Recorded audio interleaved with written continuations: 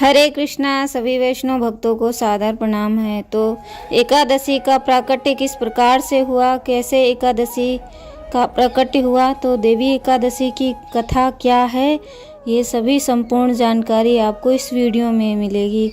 इसलिए धैर्यपूर्वक श्रवण करें और आपको व्रत से जुड़ी हुई विभिन्न प्रकार की जानकारी भी प्राप्त होने वाली हैं कि देवी एकादशी को सर्वश्रेष्ठ क्यों कहा गया है और कैसे उनका प्राकट्य हुआ, किस प्रकार से वो भगवान की सबसे प्रिय बनी और कैसे एकादशी का व्रत करके भगवान कृष्ण को प्रसन्न किया जा सकता है। अलग अलग देशों में अलग अलग पारण का एकादशी महीने में 2 बार आती है। एक कृष्ण पक्ष होती है, दूसरी शुक्ल पक्ष होती है। तो हर एक एकादशी का अपना अलग ही महत्व होता है। तो एकादशी मार्गशीर्ष मास की कृष्ण पक्ष की एकादशी को उत्पन्ना एकादशी कहा जाता है और उत्पन्ना एकादशी को ही एकादशी देवी उत्पन्न हुई थी, तो इसीलिए इन्हें उत्पन्ना एकादशी कहा जाता है। उत्पन्ना एकादशी मार्गशीर्ष मास के कृष्ण पक्ष की एकादशी तिथि को कहा जाता है। पौराणिक मान्यताओं के अनुसार इस तिथि को ही देवी एकादशी की उत्पत्ति हुई थी। इस कारण से भगवान विष्णु को उत्पन्ना एकादशी बेहद प्रेम मानी गई है। इस दिन भगवान विष्णु की विधि विधान से पूजा की जाती है और इस एकादशी का व्रत रखा जाता है। व्रत में उत्पन्ना एकादशी की कथा का पाठ करना बहुत ही जरूरी माना गया है। इस कथा का पाठ करने वाले को हर कार्य में सिद्धि प्राप्त होती है और सभी बिगड़े कार्य बन जाते हैं। तो हमें यह नहीं सोचना चाहिए कि एक ही एकादशी का व्रत कर लेने से हमारी सारी इच्छाएं पूर्ण हो जाएंगी, सारे कार्य बन जाएंगे। वो धीरे धीरे बनते हैं, क्योंकि हमारे कर्म के अनुसार ही हमें फल मिलता है।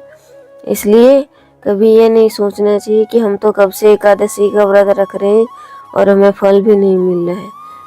हमारे अंदर धैर्य होना चाहिए। जितना अधिक धैर्य होगा उतना ही हमें फल भी अच्छा मिलेगा। तो उत्पन्ना एकादशी भगवान विष्णु को बहुत प्रिय है। इस दिन देवी एकादशी की उत्पत्ति होने की वजह से यह तिथि श्री हरि की पूजा पाठ के लिए बहुत खास मानी जाती है। विधि विधान से उनकी पूजा करने और व्रत का पाठ करने से आपके सभी कार्य सिद्ध होते हैं और आपको विष्णु भगवान का आशीर्वाद प्राप्त होता है। आइए जानते हैं उत्पन्ना एकादशी की संपूर्ण व्रत कथा विस्तार से। युधिष्ठिर ने पूछा, भगवान पुण्यमयी एकादशी तिथि कैसे उत्पन्न हुई?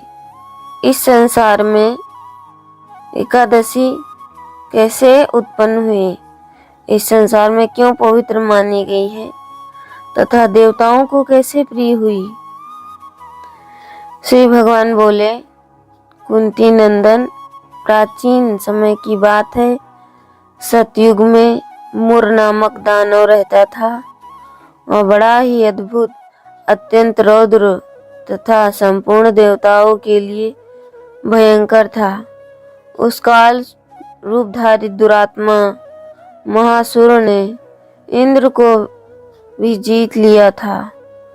संपूर्ण देवता उससे परास्त होकर स्वर्ग से निकाले जा चुके थे और संकित तथा भयभीत होकर पृथ्वी पर विचरा करते थे। एक दिन सब देवता महादेव जी के पास गए।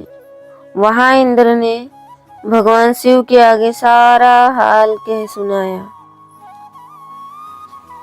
इंद्र बोले, महेश्वर, ये देवता स्वर्गलोक से कब से भ्रष्ट हो रहे हैं, पृथ्वी पर विचर रहे हैं।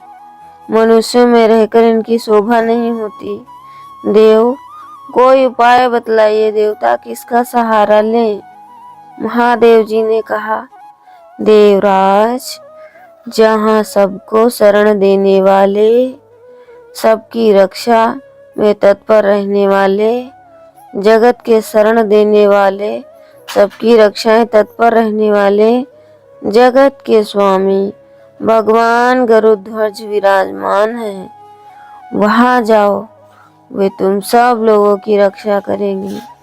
भगवान श्री कृष्ण कहते हैं, युधिष्ठिर, महादेव जी की बात सुनकर परम बुद्धिमान देवराज इंद्र संपूर्ण देवताओं के साथ वहां गए।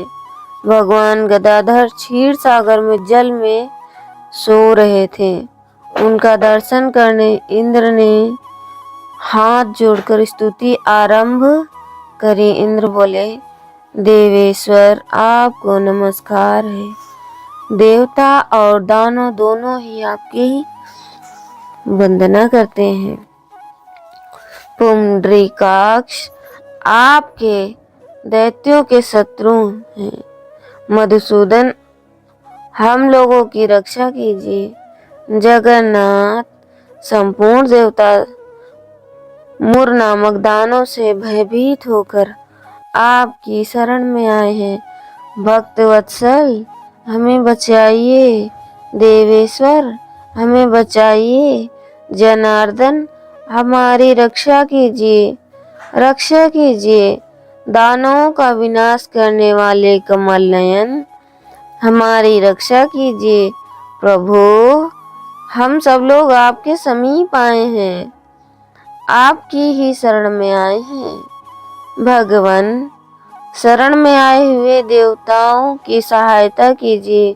देव, आप ही पति, आप ही नेति मति, आप ही कर्ता, आप ही कारण, आप ही सब लोगों की माता और आप ही इस जगत के पिता हैं। भगवान, देवेश्वर, शरणावत्सल देवता भयभीत होकर आपके शरण में आए हैं। प्रभु, अत्यंत उग्र स्वभाव वाले महाबली मूर नामक दैत्य ने संपूर्ण तुर देवताओं को जीतकर इन्हें स्वर्ग से निकाल दिया है। इंद्र की बात सुनकर भगवान बोले, देवराज, यह दानव कैसा है? उसका रूप और बल कैसा है तथा उस दुष्ट के रहने का स्थान कहाँ है?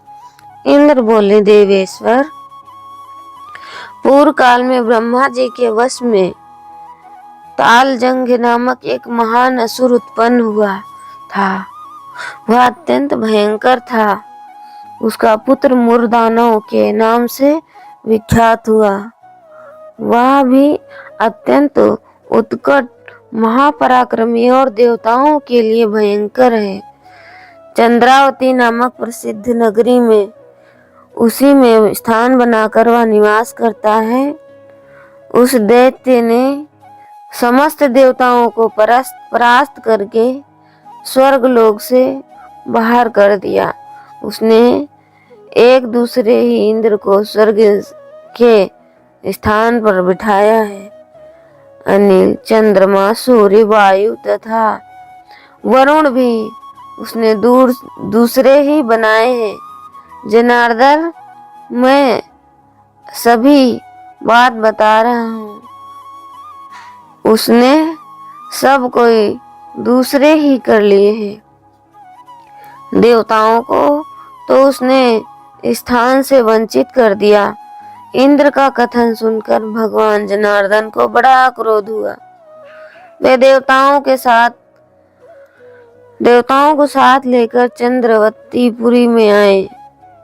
देवता आनी देखा, दैत्यराज बारंबार गर्जना कर रहा है। उससे परास्त होकर संपूर्ण देवता 10 दिशाओं में भाग गए। अब वह दानव भगवान विष्णु को देखकर बोला, खड़ा रहे, खड़ा रहे। उसकी ललकार सुनकर भगवान ने नेत्र क्रोध में लाल हो गए। वे बोले, अरे दुराचारी दानव, मेरी इन भुजाओं को देख। यह कहकर विष्णु ने श्री विष्णु ने अपने दिव्य बाणों के से सामने आए हुए दुष्ट दानवों को मारना आरंभ किया। दानव भय से विह्वल हो उठे। पांडुनंदन तत्पश्चात श्री विष्णु ने दैत्य सेना पर चक्र का प्रहार किया। उसे छिन्न भिन्न होकर सैकड़ों योद्धा मौत के मुख से चले गए। इसके बाद भगवान मधुसूदन बद्रिक आश्रम चले गए। वहां सिंहावतो नाम की गुफा में थी जो 12 योजन लंबी थी। पांडुनंदन उस गुफा में एक ही दरवाजा था। भगवान विष्णु उसी में सो रहे। दानवमुर भगवान को मार डालने के उद्योग में लगा था। वह उनके पीछे जाने लगा और जा रहा था। वहां पहुंचकर उसने भी उसी गुफा में प्रवेश किया। वहां भगवान को सोते हुए देख उसे बड़ा आश्चर्य हुआ और हर्ष भी हुआ। उसने सोचा, यह दानव के भय कर देने वाला देवता है, अतः निसंदेह मैं इसे मार डालूंगा। युधिष्ठिर दानव के इस प्रकार विचार करते ही भगवान विष्णु के शरीर से एक कन्या प्रकट हुई जो बड़ी ही रूपवती, सौभाग्यशालिनी तथा दिव्य अस्त्र शस्त्र से युक्त थी। वह भगवान के तेज से अंश से उत्पन्न हुई थी। उसका बल और पराक्रम महान था। युधिष्ठिर दानवराज मुर ने उस कन्या को देखा। कन्या युद्ध का विचार करके दानव के साथ युद्ध के लिए याचना की। युद्ध छिड़ गया। कन्या सब प्रकार की युद्ध कला में निपुण थी। वह मुर नामक महा असुर उसके हुंकार मात्र से राख का ढेर हो गया। दानव के मारे जाने पर भगवान जागे और उठे। उन्होंने दानव को धरती पर पड़ा देख पूछा, मेरा यह शत्रु अत्यंत उग्र और भयंकर था, किसने इसका वध किया? कन्या बोली, स्वामिन, आपके ही प्रसाद से मैंने इस महादैत्य का वध किया है। श्री भगवान ने कहा, कल्याणी, तुम्हारे इस कर्म से 3 लोकों को युक्त मुनि और देवता आनंदित हुए। अतः तुम्हारे मन में जैसी रुचि हो उसके अनुसार मुझसे कोई वर मांगो। देव दुर्लभ होने पर भी वह वर मैं तुम्हें दूंगा, इनमें तनिक भी संदेह नहीं है। वह कन्या साक्षात एकादशी ही थी। उसने कहा, प्रभु, यदि आप प्रसन्न हैं तो मैं आपकी कृपा से सब तीर्थों में प्रधान, समस्त बिंबों का नाश करने वाली तथा सब प्रकार की सिद्धि देने वाली देवी हूँ। जनार्दन, जो लोग आप में भक्ति रखते हुए मेरे दिन को उपवास करेंगे उन्हें सब प्रकार की सिद्धि प्राप्त हो। माधव, जो लोग उपवास न अथवा एक भुक्त करके मेरे व्रत का पालन करें, फिर उन्हें आप धन, धर्म और मोक्ष प्रदान कीजिए। श्री विष्णु बोले, कल्याणी, तुम जो कुछ कहती हो वह सब पूर्ण हो जाता है। भगवान श्री कृष्ण ने कहते हैं, युधिष्ठिर, ऐसा वर पाकर ब्रह्म महाव्रता एकादशी बहुत प्रसन्न हुई। दोनों पक्षों की एकादशी समान रूप से कल्याण करने वाली है। इसमें शुक्ल पक्ष और कृष्ण पक्ष में भेद नहीं करना चाहिए। यदि उदया काल में थोड़ी सी एकादशी, मध्य में पूरी एकादशी और अंत में किंचित त्रयोदशी हो तो त्रिस्पर्शा एकादशी कहलाती है। वह भगवान को बहुत प्रिय है। यदि एक त्रिस्पर्शा एकादशी को उपवास कर लिया जाए तो वह 1 सहस्त्र एकादशी व्रतों का फल प्राप्त होता है तथा इसी प्रकार महाद्वादशी पारण प्राप्त होता है। द्वादशी में पारण करने पर सहस्त्र गुना फल माना गया है। अष्टमी, एकादशी, षष्ठी, तृतीया और चतुर्थी ये यदि पूर्व तिथि से विध हो तो उनमें व्रत नहीं करना चाहिए। परिवर्तनीय तिथि से युक्त होने पर ही इनमें उपवास का विधान है। पहले दिन में और रात में एकादशी हो तथा दूसरे दिन केवल प्रातःकालिक दंड एकादशी रहे तो पहले तिथि का परित्याग करके दूसरे दिन की द्वादशी युक्त एकादशी का ही उपवास करना चाहिए। यह विधि मैंने दोनों पक्षों की एकादशी के लिए बताई है। जो मनुष्य एकादशी को उपवास करता है वह वैकुंठ में, जहाँ साक्षात भगवान गरुड़ध्वज विराजमान है, जाता है। जो मानव हर समय एकादशी के महात्म्य का पाठ करता है उसे सहस्त्र गोदानों के पुण्य का फल प्राप्त होता है। जो दिन या रात में भक्ति पूर्वक इस महात्म्य का श्रवण करते हैं वे निसंदेह ब्रह्म हत्या आदि पापों से मुक्त हो जाते हैं। एकादशी समान पाप नाशक और दूसरा कोई नहीं है, तो हमें एकादशी का पालन करना चाहिए। जो भी विधि बताई जाती है उन विधियों का पालन करना चाहिए। इससे हमारे सारे पाप क्षीण हो जाते हैं और पुण्य की प्राप्ति होती है। वैकुंठ धाम जाने का मार्ग मिलता है और भगवान की सबसे विशिष्ट कृपा प्राप्त होती है। तो इसलिए हमें एकादशी का व्रत रखना चाहिए, पालन करना चाहिए। भगवान कृष्ण को प्रसन्न करने का प्रयास करना चाहिए।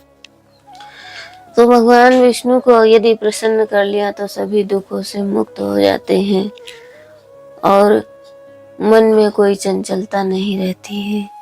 तो उत्पन्ना एकादशी महामहोत्सव की जय। हरे कृष्णा।